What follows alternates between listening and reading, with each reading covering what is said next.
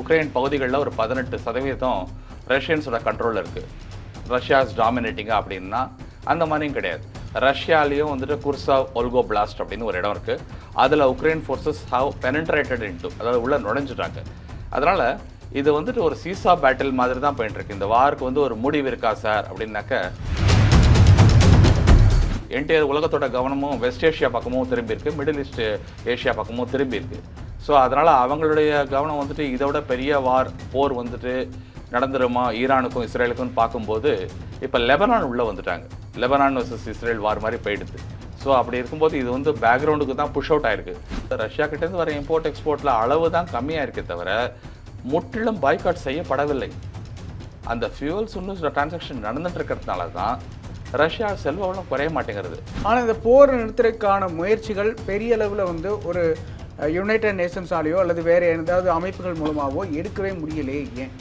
United Nations அப்படின்னு சொல்லும்போது அவங்க எந்த அளவுக்கு அக்ரெசிவாக இறங்கி இருக்க வேண்டும் அதை நீங்கள் யோசிச்சு பார்க்கணும். ஆனால் இறங்கினாங்களா அப்படின்னா கிடையாது. அட்வைசரி பாடியாக காட்டிக்கிற விரும்புகிறாங்களே தவிர ரெகுலேட்டரி பாடியாக காட்டிக்க விரும்பலை. அட்வைசரி பாடினா நீ இதை பண்ணுப்பா, நீ இதை செய்ப்பா அப்படின்னு அறிவுரை அறவுரை தான் சொல்கிறாங்களே தவிர அவங்க ஒரு டெசிஷன் மேக்கிங் பாடியாக இறங்கியிருந்தாங்கனாக்க பல விதத்தில் மாற்றங்கள் ஏற்பட்டிருக்கும். மோடியால் பீஸ் மேக்கராக இருக்க முடியுமா இந்த விஷயத்தில்? மோடிக்கு தனிப்பட்ட முறையில் கெப்பாசிட்டி இருக்கா, கம்பிட்டன்சி இருக்கா, கேப்பபிலிட்டி இருக்கா அப்படின்னா அந்த கெப்பாசிட்டி, கம்பிட்டன்சி, கேப்பபிலிட்டி எல்லாம் வந்து பயன்படுத்தக்கூடிய சூழ்நிலையில் நம்ம இருக்கோமா அப்படின்னு பார்க்க வேண்டியிருக்கு. வணக்கம் ராஜன் சார். வணக்கம் சார். நம்ம தொடர்ந்து வந்து இந்தியா தமிழில் ரஷ்யா உக்ரைன் மட்டும் இல்லை, ஈரான் இஸ்ரேல் பற்றியும் பேசிகிட்டு இருக்கோம். அது மட்டும் இல்லாமல் உலகம் தொடர்பான ஜியோ பாலிட்டிக்ஸ் தொடர்பான விஷயங்களை எக்ஸ்பர்ட்டோட நிறைய பேசிகிட்டு இருக்கோம். அது மாதிரி உங்களையும் வந்து அழைச்சிருக்கோம். முதல் முறையாக நம்ம இதுக்கு வந்திருக்கிறீங்க. வணக்கம். நன்றி சார். இப்போது ரஷ்யா உக்ரைன் அப்படின்னு எடுத்துக்கிட்டோம் அப்படின்னா, இப்போது ரீசன்ட் டேஸில் வந்து பார்த்தோன்னா உக்ரைன் ஒரு பக்கம் வந்து பயங்கரமாக வந்து மூவ் ஆகிட்டு வராங்க அப்படிங்கிற பார்வை வைக்கப்படுது. அதே நேரத்தில் ரஷ்யாவும் வந்து பதில் தாக்குதல் கொடுத்துட்ருக்காங்க அப்படிங்கிற பார்வையுமே வைக்கப்படுது. இப்போ ஆக்சுவலாக அங்கே என்ன நடந்துகிட்டு இருக்கு? இப்போ என்ன நடந்துட்டுருக்கு அப்படின்னு கேட்டிங்கனாக்கா, 2022 இந்த வார் கொஞ்சம் அக்ரெசிவ் டோன் எடுத்துட்டுது. இது வாரோட பூர்வீகம் அப்படின்னு பார்த்தீங்கன்னா 2014 ஆரம்பிச்சது. கிட்டத்தட்ட ஒரு 8 வருஷம் இது ஒரு மந்தகதியில் போயிட்டு இருந்தது. வெற்றி பெற்றவங்களும் இல்லை, தோல்வி விட்டுறவங்களும் இல்லை அப்படிங்கிற மாதிரி போயிட்டு இருந்தது. 2022 தான் ஸ்டெப் அப் பண்ணாங்க ரஷ்யன்ஸ். இந்த வாரோட ஒரு எண்ட் ரிசல்ட்டாவது நம்ம பார்க்கணும், உக்ரைனை எந்த அளவுக்கு டாமினன்ஸ் பண்ண முடியும் அப்படின்னு கொண்டு வரதுக்காக போனாங்க. இன்றைக்கும் பார்த்தீங்கன்னாக்கா occupancy of Russia inside Ukraine அப்படின்னாக்கா உக்ரைன் பகுதிகளில் ஒரு 18% ரஷ்யன்ஸோட கண்ட்ரோலில் இருக்குது. அப்படின்னாக்க என்ன சார் ரஷ்யாஸ் டாமினேட்டிங்கா அப்படின்னா அந்த மாதிரியும் கிடையாது. ரஷ்யாலேயும் வந்துட்டு குர்சாவ் ஒல்கோ பிளாஸ்ட் அப்படின்னு ஒரு இடம் இருக்குது. அதில் உக்ரைன் ஃபோர்ஸஸ் ஹவ் பெனட்ரேட்டட் இன்டு, அதாவது உள்ளே நுழைஞ்சிட்டாங்க. அதனால் இது வந்துட்டு ஒரு சீசா பேட்டில் மாதிரி தான் போயிட்டுருக்கு. இந்த வாருக்கு வந்து ஒரு முடிவு இருக்கா சார் அப்படின்னாக்க கண்டிப்பாக உலக நாடுகள் முடிவை எதிர்பார்க்கறது. ஆனால் அது டிசைடிங் ஃபேக்டர் அப்படின்னு ஒரு கீ கண்ட்ரிஸ்னு எடுத்துக்கிட்டிங்கன்னா ஒன்று யூஎஸ்ன்னு சொல்லலாம், இல்லைனாக்கா ஃப்ரான்ஸ், ஜெர்மனி, இந்த மாதிரி நாடுகள்லாம் இந்த 2 நாடுகளையும் கூப்பிட்டு ஒரு மீடியேட்டிங் டேபிளுக்கு கூப்பிட்டு பேச்சுவார்த்தை நடத்தி சமாதானமாக போக முடிஞ்சால் தான் கொண்டு போக முடியுமே தவிர இப்போ அதை பண்ணுற நிலைமையில் உலக நாடுகள் இல்லை. ஒரே காரணம் சொல்லனாக்க, இப்போ யூஎஸோட மெயின் ஃபோக்கஸ் வந்துட்டு அவங்களுக்கு நவம்பர் மாதம் நடக்க போகிற ஜனாதிபதி பிரசிடென்ஷியல் எலெக்ஷனில் போயிட்டுருக்கு. யூரோப்பியன் யூனியனுக்கு அவங்களுக்கு ஓன் செட் ஆஃப் ப்ராப்ளம்ஸ் இருக்குது. அதில் உக்ரைன் ரஷ்யா ப்ராப்ளம் வந்து ஒன் ஆஃப் த ப்ராப்ளம்ஸ் தானே தவிர மேஜர் ப்ராப்ளம்னு சொல்ல முடியாது. ஏன்னா அவங்க வந்து ரெசெஷன் இருக்குது, இப்போ வரப்போகிறது வின்டர் சீசன், ரெண்டாவது வந்து holiday mood towards Christmas move ஆகிட்டு இருக்காங்க. இதில் இங்கிலாந்து வந்துட்டு பிரெக்சிட்னு சொல்லிட்டு அவங்க யூரோப்பியன் யூனியன்லேருந்து மூவ் அவுட் ஆனாங்க. ஸோ இந்த மாதிரி பல விஷயங்கள் நடந்துட்டு இருக்கும்போது இது ஒன்றுமேட்டுமே லைம்லைட்டை கிராப் பண்ணலை. ஏன் அப்படின்னு கேட்டிங்கனாக்கா, இந்த ஹமாஸ் லீடர் ஹனீவ் அவர்களுடைய மறைவு பிறகு இஸ்ரேல் தாக்குதலுக்கு அப்புறமா என்டையர் உலகத்தோட கவனமும் வெஸ்ட் ஏஷியா பக்கமும் திரும்பியிருக்கு, மிடில் ஈஸ்ட் ஏஷியா பக்கமும் திரும்பியிருக்கு. ஸோ அதனால் அவங்களுடைய கவனம் வந்துட்டு இதோட பெரிய போர் வந்துட்டு நடந்துருமா ஈரானுக்கும் இஸ்ரேலுக்கும் பார்க்கும்போது இப்போ லெபனான் உள்ளே வந்துட்டாங்க. லெபனான் வர்சஸ் இஸ்ரேல் வார் மாதிரி போயிடுது. ஸோ அப்படி இருக்கும்போது இது வந்து பேக்ரவுண்டுக்கு தான் புஷ் அவுட் ஆயிருக்கு. இந்த வாருங்கிறது கடந்த ஒரு 8 வருஷமாக நடந்து மைல்டாக நடந்து கடந்த 2 வருஷமாக அக்ரெசிவாக நடந்த அப்புறமா ஒரு முடிவு வராதனால கண்டிப்பாக இது பேச்சுவார்த்தை மூலமாக தீர்க்கப்பட வேண்டிய ஒரு விஷயம் தானே தவிர வாருங்கிறது கண்டிப்பாக நடக்கணும்னா ஒரு ஹெவி வெப்பன்ஸ் யூஸ் பண்ணி ஆகணும். Heavy range of weapons Ukraine பயன்படுத்துறதுக்கு மேற்கத்திய நாடுகள் வந்து அனுமதி கொடுக்கல. அதுதான் சொல்லணும்னாக்க அவங்க வந்து அந்த வெப்பன்ஸை கொடுக்கணும், வெப்பன்ஸ் ரிலேட்டட் ட்ரைனிங்கும் கொடுத்தானோ, அதே மாதிரி அதை பயன்படுத்துறதுக்கு முறையான கைடன்ஸும் கொடுக்கணும். இது மூணுத்துக்குமே தடை உத்தரவு கொடுத்துருக்காங்க. அதனால் அவங்க யுக்ரைன் வந்து ஒரு ஆர்ட்டிலரி ஷெல்ஸை வச்சுன்னு தான் அவங்க தாக்குதல் நடத்துகிறாங்களே தவிர வான்வழி தாக்குதல் அப்படிங்கிறத அவங்க அக்ரெசிவாக பண்ணலை. இன்ஃபேக்ட் ரஷ்யன்ஸ் வான்வழி தாக்குதல் 1000 கிலோமீட்டர் ரேஞ்சு தாக்குதல் பண்ணுறாங்களே தவிர யுக்ரைன் பண்ணுறது வந்து 70லேருந்து 80 கிலோமீட்டர் ரேஞ்சுக்கு தான் பண்ணிகிட்ருக்காங்க அவங்க தன்னாட்டு பார்டரை வெட்டு. அதனால் இப்பொழுதுக்கு இந்த வார் வந்து முடிவுக்கு வருமா அப்படின்னா அது ஒரு கேள்விக்குறி தான். சார், அதே நேரத்தில் ரஷ்யாவுக்கும் இந்த வார் வந்து புதுசில்லை. ஏற்கனவே பல வார் வந்து அவங்க பார்த்துருக்காங்க. கிரிமியன், அதுக்கு முன்னாடி சில வார்கள் நடந்திருக்கு. எல்லை தொடர்பாகவும் சரி, இந்த மாதிரியான கலாச்சார ரீதியான பிரச்சனைகளும் சரி.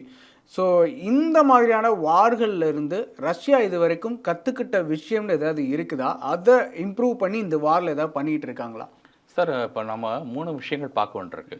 ஒன்று வந்துட்டு இது வந்து பொலிட்டிக்கல் ஆங்கிளில் பார்க்க வேண்டியிருக்கு. ரெண்டாவது எக்கனாமிக்கல் ஆங்கிளில் பார்க்க வேண்டியிருக்கு. எந்த அளவுக்கு ஃபினான்ஷியல் மசில் ரஷ்யாவுக்கு இருக்குது, எந்த அளவுக்கு சொஃபிஸ்டிகேட்டட் வெப்பன்ஸ் இதை பயன்படுத்த முடியும் அப்படின்னு பார்க்க வேண்டியிருக்கு. மூணாவது ரஷ்யன்ஸ் வந்து இது வந்து எந்த அளவுக்கு இமேஜ் வேர்ல்டு லெவலில் ஜியோ பொலிட்டிக்கலாக என்னுடைய ப்ரெசன்ஸ் வந்து மற்ற கண்ட்ரிஸ் எந்த அளவுக்கு அங்கீகரிக்க விரும்புகிறாங்க அப்படின்னு பார்க்க வேண்டியிருக்கு. ரஷ்யன்ஸ் ஆர் சைனீஸ் பொறுத்த வரைக்கும் வார்ஃபேரில் அவங்க என்ன லெசன்ஸ் லேர்ன் பண்ணிட்டாலும் ஒரு விஷயம் அவங்க ரொம்ப தெளிவாக இருப்பாங்க. எந்த நியூஸும் வெளியில் வரவிட மாட்டாங்க. அவங்க காலம்னிஸ்ட் நேற்று கூட பார்த்தீங்கன்னாக்கா ரஷ்யாவை சேர்ந்து ஒரு நிருபர் ஒருத்தர் அரெஸ்ட் ஆயிருக்கார். ஏதோ சில தகவல்களை கசிய விட்டதா அப்படின்னு சொல்லியிருக்காங்களே தவிர அது என்ன தகவல்கள் கசிய விட்டதா அப்படிங்கிறத கிரெம்ளினாக இருந்தாலும் சரி, மாஸ்கோவாக இருந்தாலும் சரி, இன்டீரியர் மினிஸ்ட்ரி எந்த தகவலும் தெரிவிக்கல. அவங்கள பொறுத்த வரைக்கும் எப்படின்னு கேட்டிங்கனாக்கா அது ஒரு பெரிய யூஎஸ்எஸ்ஆர் ஸ்பிளிட் ஆன அப்புறமா அந்த யூஎஸ்எஸ்ஆர்லேருந்து வெளியில் வந்த பிக்கெஸ்ட் ஸ்டேட் வந்து ரஷ்யா, இரண்டாவது பிக்கெஸ்ட் ஸ்டேட் வந்து யுக்ரைன். அந்த யுக்ரைனை கிராப் பண்ணாக்கா அவங்களோட ஜாகிரபிக்கல் பவுண்டரிஸை எக்ஸ்பேண்ட் பண்ண முடியும் அப்படின்னு ஒரு தெளிவான சிந்தனையில் இருந்தாங்க. அதனால தான் அவங்களுக்கு ஒரு பப்பட் கவர்மெண்ட்டை 1991, 92ஸ்லாம் நியமித்தாங்க. அதாவது ஒரு ரஷ்யனையே வந்து யுக்ரைன் பிரீமியராக நியமித்தாங்க. அதே மாதிரி ஓவர் அ பீரியட் ஆஃப் டைமில் வந்துட்டு பார்த்திங்கனாக்கா யூரோப்பியன் யூனியனில் யுக்ரைன் மெம்பர்ஷிப் வரவிடாமல் பார்த்துக்கிட்டாங்க. நேட்டோ மெம்பர்ஷிப் வரவிடாமல் பார்த்துக்கிட்டாங்க. ரொம்ப நாள் தள்ளி வச்சாங்க. பல விதமான இதில் வந்துட்டு வார்சா பேக்டில் யுக்ரைன் இருக்கிற மாதிரி பார்த்துக்கிட்டாங்க. இந்த மாதிரி பல விஷயங்களில் அவங்க கவனம் செலுத்துனாங்க. ஒன் பாயிண்ட் ஆஃப் டைமில் யுக்ரைனுடைய லிங்குஸ்டிக் டிஃப்ரென்சஸ் தெரிய ஆரம்பிச்சது. லிங்குஸ்டிக்னா மொழி வாரியாக யுக்ரைனில் பயன்படுத்தப்படுற அந்த 80% மொழி, யுக்ரைன் மொழி இருக்குது பார்த்தீங்களா, அது வந்து ரஷ்யன் மொழியோட ரொம்பவே வித்தியாசப்பட்டது. அங்கே இருக்கிற மக்களுக்கும் இன உணர்வு அதிகமாக பொங்கி எழ ஆரம்பிச்ச தான் 2 ரெவல்யூஷன்ஸ் பார்த்தோம். ஒன்று வந்து ரெவல்யூஷன் ஆஃப் டிக்னிட்டின்னு சொல்லிட்டு ஒன்று வந்தது, இன்னொன்று ரெவல்யூஷன் ஆஃப் மைதான் அப்படின்னு சொல்லிட்டு ஒன்று வந்தது. ஸோ இப்போ என்ன ஆகிடுத்து, உக்ரைன் மக்களுடைய கிளர்ச்சி அதிகமாக ஆகிடுது. அவங்க ரஷ்யன்ஸ் எடுத்து போரிட ஆரம்பித்தாங்க.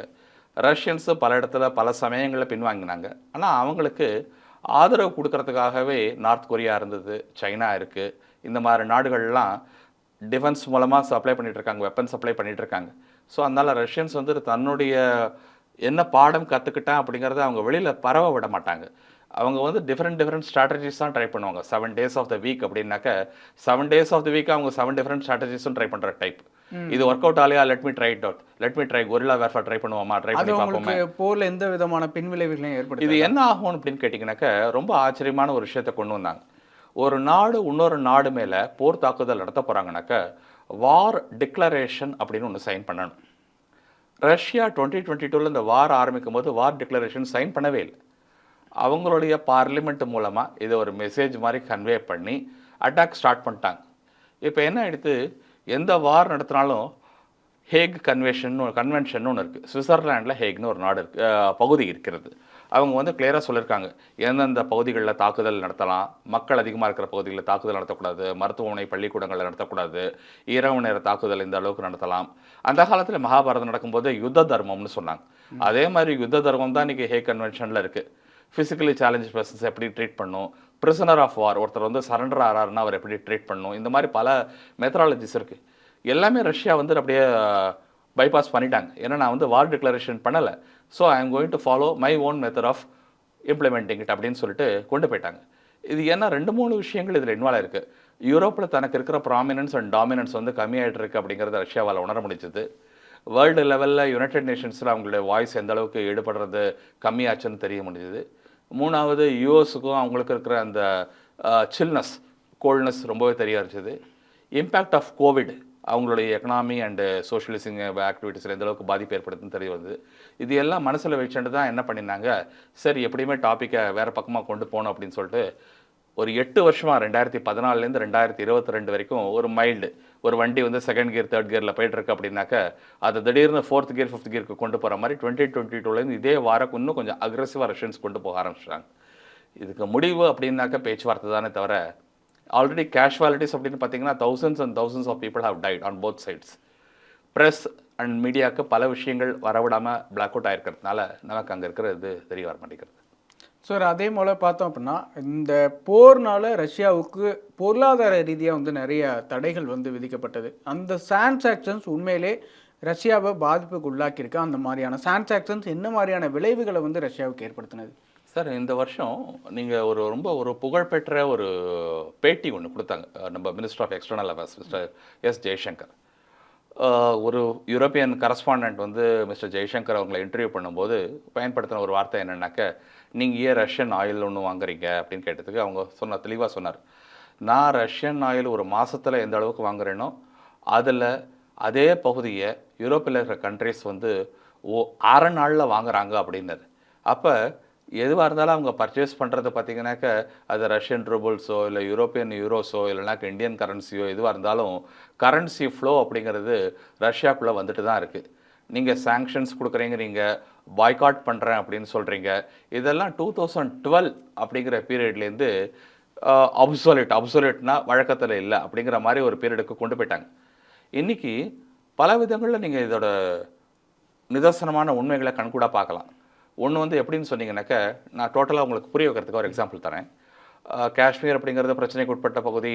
நம்ம ஆர்டிகல் 370 இருக்குது, இதை வந்துட்டு நம்ம இது ஸ்பெஷல் ஸ்டேட்டஸை ரிமூவ் பண்ணணும் அப்படின்னு சொல்லிட்டு பண்ணும்போது நம்ம அண்டை நாடு பாகிஸ்தான் இவங்களே என்ன பண்ணாங்க, ஓஐசி ஆர்கனைசேஷன் ஆஃப் இஸ்லாமிக் கான்ஃபரன்சஸ்ன்னு சொல்லிட்டு கண்ட்ரிஸ் இருக்குது, ஒரு 60 நாடுகள் இருக்குது.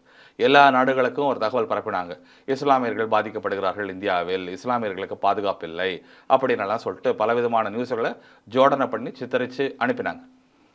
நம்ம புரிஞ்சுக்க வேண்டியது, இந்தியாவில் வந்துட்டு ஃபாரின் இன்வர்ட் ரெமிட்டன்ஸ்ன்னு சொல்லிட்டு இந்தியாவுக்குள்ளே வர பணத்தில் 100 ரூபாயில் 30 ரூபா வெஸ்ட் ஏஷியாவிலேருந்து வந்துட்டுருக்கு.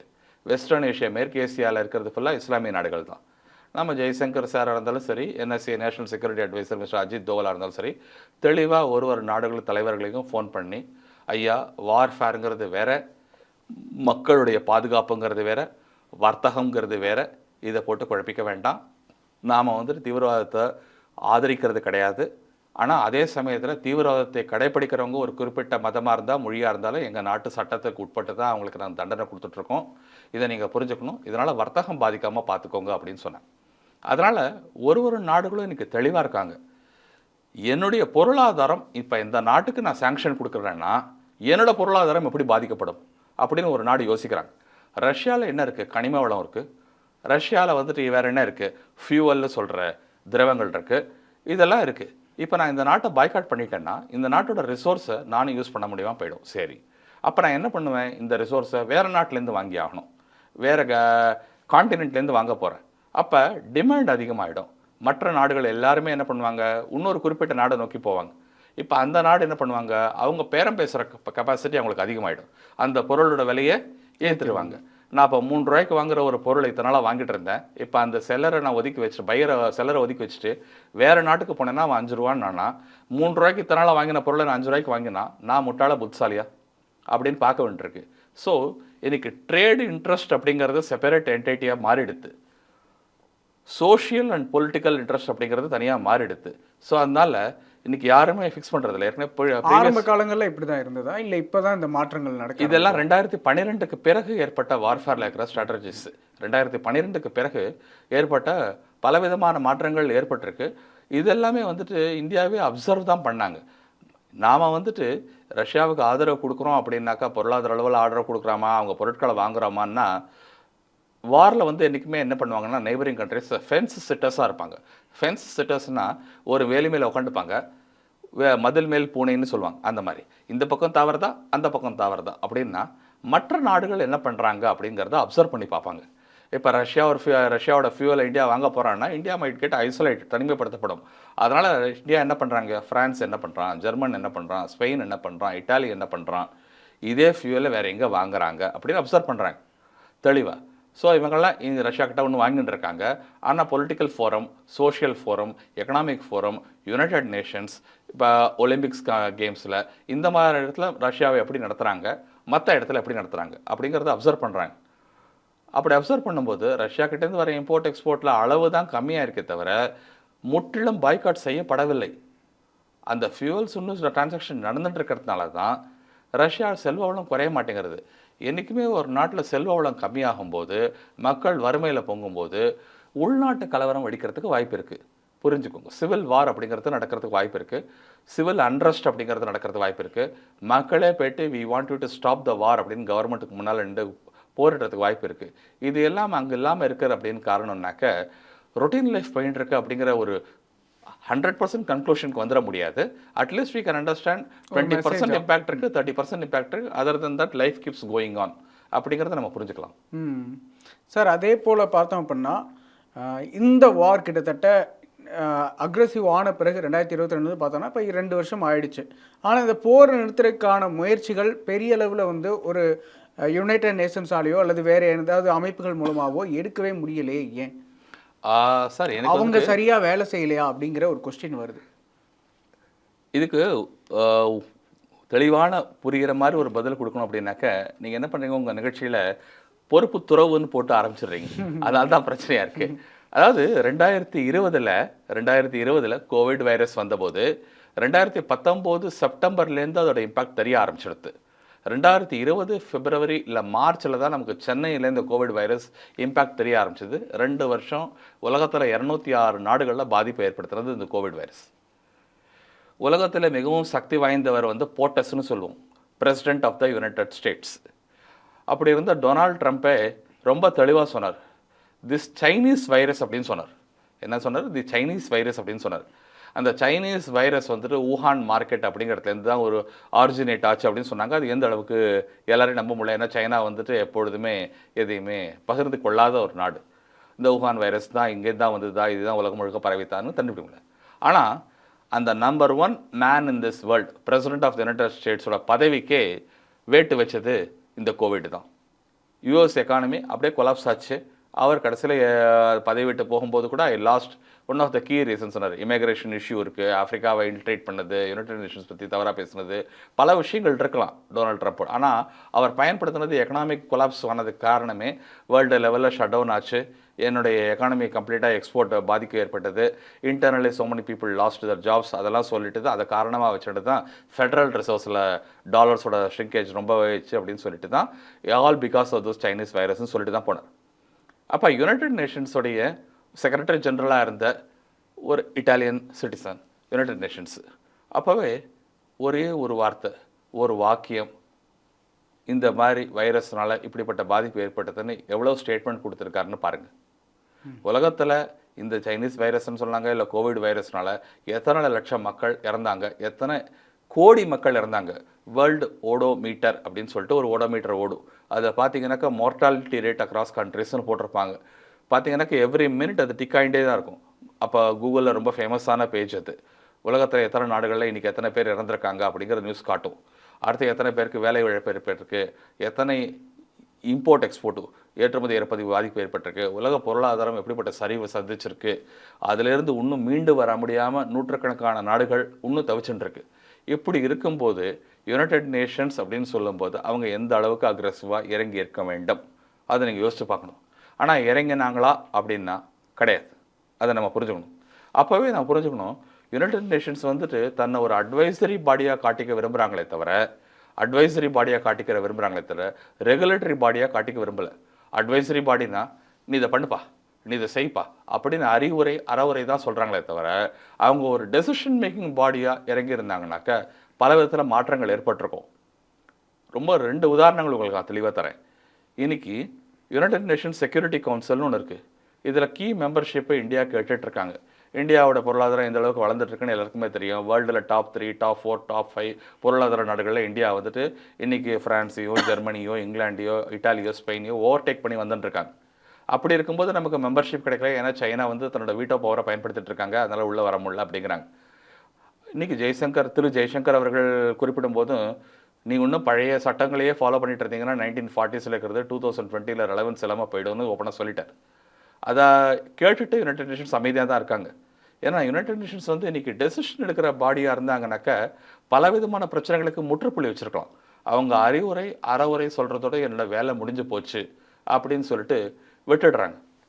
ரெண்டாவது பார்த்தீங்கன்னாக்க ஒரு புகழ்பெற்ற ஒரு புத்தகம் லீ அயோகோகா அப்படிங்கிறவர் அலாங் வித் விட்னி எழுதினாங்க. Where have all the leaders gone அப்படின்னு சொல்லிட்டு. உலகத்தில் தலைவர்கள் எங்கே போயிட்டாங்க, இதுதான் கேள்விக்குறியாக இருக்குது. முன்னால் அமெரிக்கன் பிரசிடென்ட் ஜிம்மி கார்ட்டர்னு ஒருத்தர் இருந்தார். எங்கள் உலகத்தில் எந்த பகுதியில் பிரச்சனைகள் ஏற்பட்டாலும் அது போர் சம்மந்தப்பட்டதாக இருந்தால் உடனே நான் அமைதி தூதுவராக போயிட்டு அங்கே நான் அமைதி நிலவரத்துக்கு ஏதாவது முயற்சி செய்வேன் அப்படின்னு சொல்லிட்டு தானாக கிளம்பினார். வாலண்டரியாக நிறைய பண்ணியிருக்கார். அவரோட எல்லா முயற்சிகளும் வெற்றி பெற்றிருக்காருன்னா அது ஒரு தனி மனிதரால் செய்ய முடியாது. பட் நிறைய முயற்சிகள் செய்தார். இன்றைக்கி அந்த மாதிரி முயற்சிகள் செய்வதற்கு யார் இருக்காங்க சார்? பழைய யூஎஸ் பிரசிடென்ட்ஸ் அந்த மாதிரி கூப்பிடுங்களேன் சார் அப்படின்னா பில் கிளின்டன் அப்படின்னு சொன்னால் ஆட்டோமேட்டிக்காக சில சம்பவங்கள் ஞாபகத்துக்கு வரும். அதனால் பில் கிளின்டன் மேலே எந்த அளவுக்கு ஒப்பீனியன் இருக்குன்னு தெரியாது. புஷ், சீனியர் புஷ் இல்லை ஜூனியர் புஷ் இருக்கார், அவங்க பண்ணுவாங்களா? அவர் ஈராக் வார் தான் ஞாபகத்துக்கு வருது, அவர் அமைதிக்கு குலைவாக இருந்தாங்க. சரி, Barack Obama sir, Barack Obama ரொம்ப பேசினார் சார், எஸ் வீ கேன் சொன்னார் சார், பட் அவர் என்ன சார் பண்ணிட்டு போனார் அப்படின்னு மார்க் பண்ணுற அளவுக்கு ஆகிட்டாங்க. மற்ற நாடுகளில் இருக்கிற ஒரு தலைவர்களும் கற்பனை கெட்டாத அளவு பிரச்சனைகளை சந்திச்சுட்டு இருக்காங்க தினம். சார் உதாரணத்துக்கு அப்படின்னா யுனைடெட் கிங்டம் திரு ரிஷி சுனாக் அவர்கள் பதவியை இறங்கினாங்க. அங்கேருந்து லேபர் பார்ட்டி வந்தது.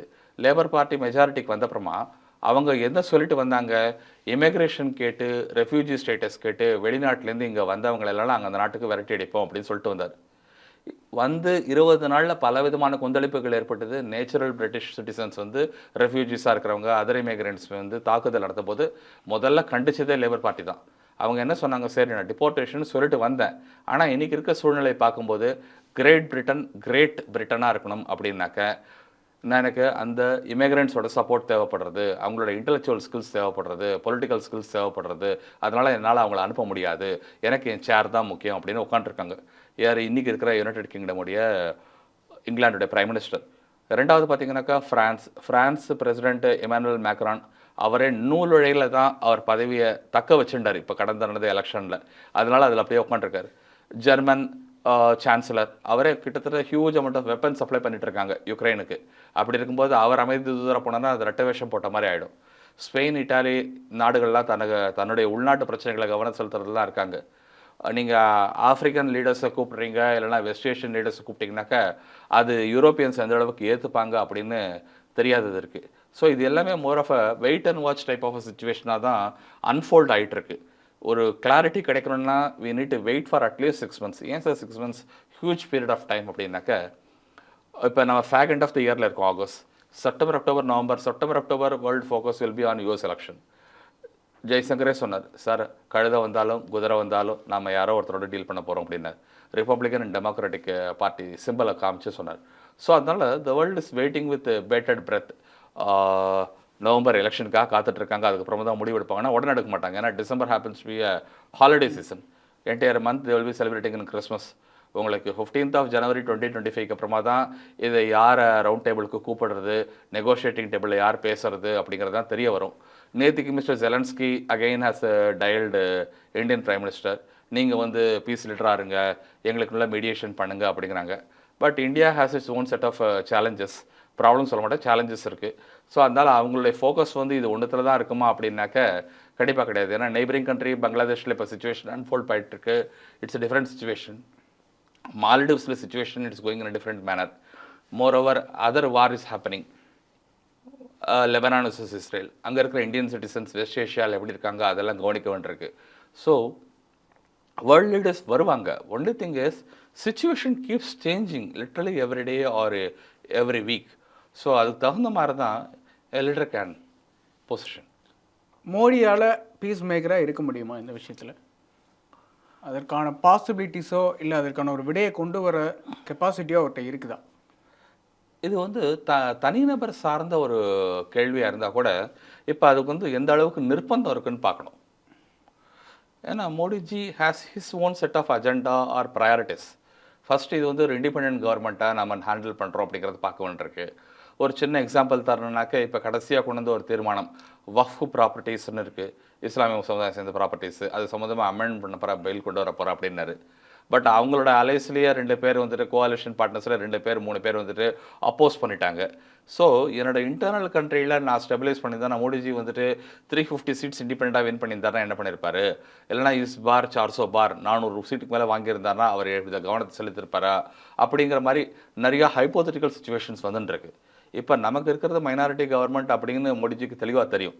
அப்போ என்னோட ஃபுட் ஹோல்டை நான் இன்னும் ஸ்ட்ரெங்தன் பண்ணிக்கணும், ஸ்டெபிலைஸ் பண்ணிக்கணும். அப்படி இருந்ததுனா தான் அப்புறமா இன்டர்னல் ப்ராப்ளம்ஸ், இந்தியாவில் இருக்கிற இன்டர்னல் ப்ராப்ளம்ஸ் ரிசால்வ் பண்ண முடியுமா அப்படிங்கிறத முதல்ல பார்க்க வேண்டியிருக்கு. ரெண்டாவது, நம்மளை சுற்றி இருக்கிற சவுத் ஏஷியன் கண்ட்ரிஸ் இருக்கிற ப்ராப்ளம்ஸ் ரிசால்வ் பண்ண முடியுமா, நைபர்ஸோட ப்ராப்ளம்ஸ் ரிசால்வ் பண்ண முடியுமா அப்படின்னு பார்க்க வேண்டியிருக்கு. அதுக்கப்புறமா தான் I can extend my reach towards இது சென்ட்ரல் யூரோப்.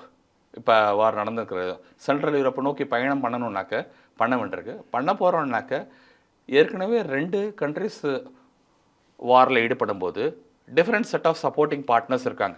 ரஷ்யாவுக்கு சப்போர்ட்டிங் பார்ட்னர்ஸ் யார் சார்னா people republic of China, North Korea இருக்காங்க.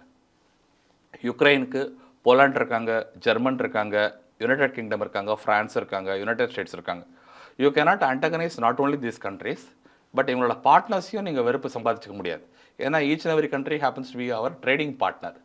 நம்மளுடைய வர்த்தகத்தையும் பார்க்க வேண்டியிருக்கு, ஐநா சபையில் நாம் எடுக்கிற முடிவுகளையும் பார்க்க வேண்டியிருக்கு. இது மாதிரி பல விஷயங்கள் இருக்குது.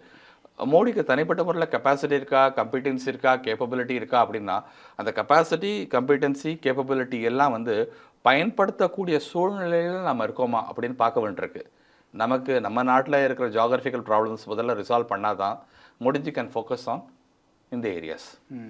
சார், இறுதியாக ஒரு கேள்வி, இந்த போர்னால உண்மையிலே ரஷ்யா தனிமைப்படுத்தப்பட்டிருக்கா? கண்டிப்பாக கிடையாதுங்க, கண்டிப்பாக கிடையாது. ஏன்னா அவங்களுடைய பெரிய இதுவே அதுவாக தான் இருக்குது. நாங்கள் தொடர்ந்து தனிமைப்படுத்தப்பட்டே வரோம் அப்படின்னு ரஷ்யாவுடைய கிளைமாக இருக்குது. கிளைமாக இருக்குது அப்படிங்கிறது அது மீடியாவுக்கு பண்ணுற ப்ரொஜெக்ஷன் அப்படி தான் இருக்கும்.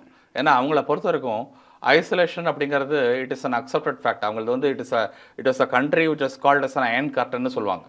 ரஷ்யா மாதிரி ஒரு country, people's republic of China, eastern யூரோப்பில் இருக்கிற பெரும்பாலான countries we feel comfortable living in a closet அப்படிம்பாங்க. க்ளோசட் அப்படின்னாக்க நாங்கள் ஒரு மறைவிடத்தில் சௌகரியமாக வாழறதுக்கு விரும்புகிறோம். கண்டிப்பாக அவங்களுடைய சுற்றுலா பெருமளவுக்கு பாதிக்கப்பட்டிருக்கு, அதில் மாற்று கருத்தே கிடையாது. ரெண்டாவது பார்த்திங்கன்னா அவங்களுடைய பல சுற்றுலா தலங்களுக்கு மக்கள் போகிறது கிடையாது ரஷ்யா பொறுத்திருக்கு. ஏன்னா வார் ஜோன் அப்படிங்கும்போது பல நாடுகள் அட்வைசரிஸ் கொடுத்துருக்காங்க, ரஷ்யாவுக்கு பயணம் செய்யாதீங்க. அப்போ டூரிசம் மூலமாக வர ரெவன்யூ ஹியூஜாக ஆகிட்டா இருக்குது. ரெண்டாவது மெடிக்கல் எஜுகேஷன். ரஷ்யாவில் மெடிக்கல் எஜுகேஷன் சீப்பாக பல நாடு ஸ்டூடெண்ட்ஸ் போயிட்டு இருந்தாங்க. பட் இது பெரிய அளவில் ஹிட் ஆகிருக்கு. இந்த சென்ஸ் அதில் மாற்று கருத்தே கிடையாது. அவங்களுடைய கல்ச்சுரல் எக்ஸ்சேஞ்ச் ப்ரோக்ராம்ஸோ இல்லைனாக்கா ஸ்போர்ட்டிங் அரினால ஏற்படுற பாதிப்போ இருக்குது. பட் எக்கானமி அப்படிங்கிறது நான் 100 ரூபா சம்பாதிக்கிற இடத்துல இன்றைக்கி 70 ரூபா சம்பாதிக்கிறேன், 80 ரூபா சம்பாதிக்கிறேன் அப்படின்னாக்க 20 ரூபா இழப்பு இன்றைக்கி அவங்களுக்கு ஒரு பெரிய இதுவாக தெரியல.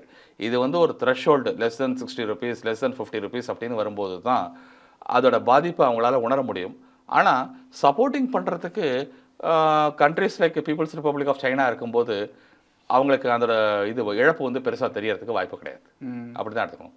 கண்டிப்பாக சார், நீங்கள் குறிப்பிட்ட மாதிரி ரஷ்யாவுக்கு ஒரு பெரிய பேக்கப்பாக சைனா இருக்குது அப்படின்னு எடுத்துக்கலாம். அதே போல் நம்ம தொடர்ந்து நிறையா விஷயங்கள் பேசியிருக்கோம். பிரதமர் மோடி பீஸ் மேக்கராக இருக்கிறதுக்கான சான்சஸ் இருக்குது அப்படின்னு பேசியிருக்கோம். அதே போல் ரஷ்யாவில் இன்றைக்கி இருக்கிற பிரச்சனை கொண்டு கடந்த கால பிரச்சனைகளும் பேசியிருக்கோம். தொடர்ந்து பேசுவோம்.